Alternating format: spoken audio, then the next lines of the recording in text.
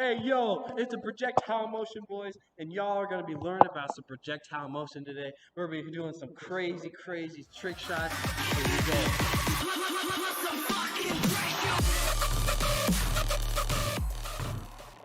Alright, first we're going to be talking about angle. First we'll be tossing it at 0 degrees and 45 degrees. Show us, Isaac. Alright.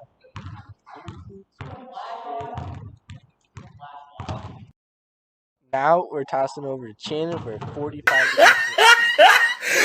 Look at the top of his head. Now, we're going to throw it at a 45 degree angle, which is the optimal angle to throw a projectile at. Bruh. See how the ball, thrown at a 45 degree angle, went way further? Let's jump into our next topic. Welcome to Doctors of Projectile Motion. Today, we're going to be teaching you about how spin affects the motion of a projectile. Unfortunately, Dr. Isaac Foster couldn't make it today, so it's just going to be me showing you through trick shots how spin affects your projectile motion with this frisbee. So we know that air resistance plays a big factor on the spin of an object. It can slow it down, it can speed it up, whatever you want, you know, you gotta play it. Also, in the projectile, the more spin in a direction will change the magnitude of your projectile motion. So, if I spin this frisbee to the right, it's most likely going to glide to the right because that's the kind of spin I'm putting on the projectile. So let's see, through this trick shot, let me show you that. I'm going to put a little bit of spin to the right. Check it out.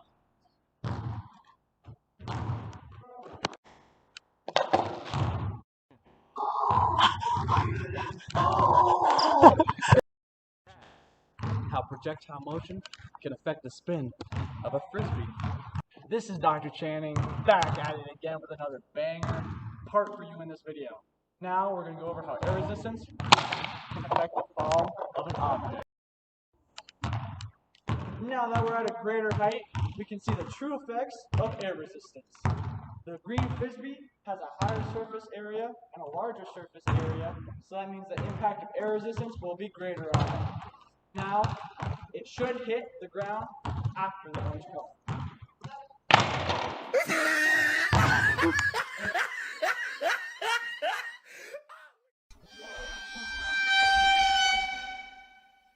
The orange cone. Bruh.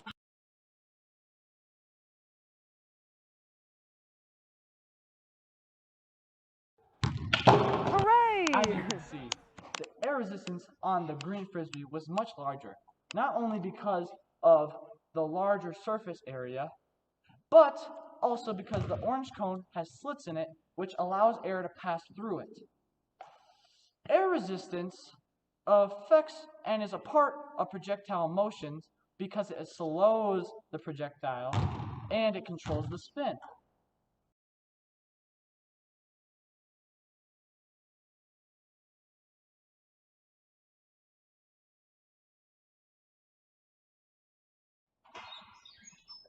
Oh, what's up? You already know what it is, projectile motion, boys. Back in action, we in the hallway today, we ain't in the gym today. Today, we're going to be enlightening our audience and our viewers about height. Now, height has a huge impact on projectile motion. But let's think about what impacts the height of a projectile motion. We know that initial velocity of a projectile and an initial angle also has great effects on the height of an object. So the height of a projectile motion impacts its velocity and its time in the air, which affects the amount of air resistance it receives and how fast it will go, so the velocity too. We'll show you an example right now. We'll see the higher the height of an object, the longer it's going to stay in air, right? So we'll drop these two at the same time. This little these two balls at the same time. Two balls at the same time. This ball will be lower and this one will be higher.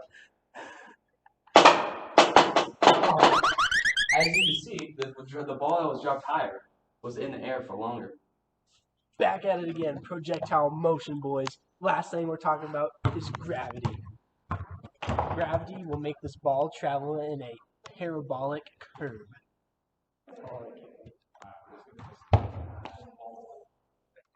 Hooray!